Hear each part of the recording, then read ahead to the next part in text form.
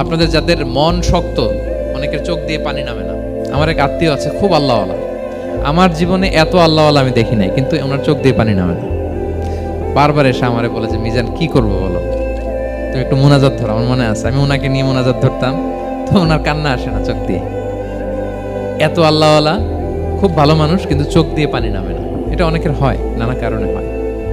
আল্লাহর হাবিব সাল্লাল্লাহু আলাইহি ওয়াসাল্লাম বলেছেন, কারো যদি চোখ দিয়ে পানি না নামে বা হৃদয় নরম না হয়, তারা যেন এতিমের মাথায় হাত বুলিয়ে দেয়। এক সাহাবী এসে বলেন, ইয়া রাসূলুল্লাহ, আমার হৃদয়টা বড় শক্ত, হৃদয় নরম হয় না।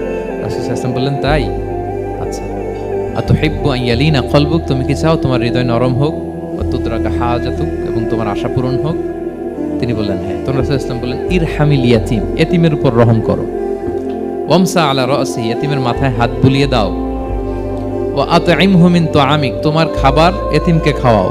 তালিনু কলবুক, তোমার অন্তর নরম হবে। তুদরাকা হাজাতুক, তোমার ইচ্ছা পূরণ হবে। তাহলে হৃদয় যদি শক্ত থাকে, কার মাথায় হাত বুলাবেন? বুলাইছেন কখনো? হ্যাঁ, বুলিয়েছেন? খুঁজে খুঁজে হাত বুলাবেন। বাংলাদেশে তো অনেক অরফেনেজ আছে, অনাথ আশ্রম, ওখানে যাবেন। সুযোগ হলে একদিন যে একটু লাঞ্চ করলেন ওদের সাথে বসে, ডিনার করলেন, একসাথে খেলেন, ওদের মাথায় হাত বুলিয়ে দিলেন, সাধ্যমতো কিছু উপহার হাতে তুলে দিলেন, আপনার ইচ্ছা পূরণ হবে আর আপনার হৃদয় নরম হবে ইনশাআল্লাহ।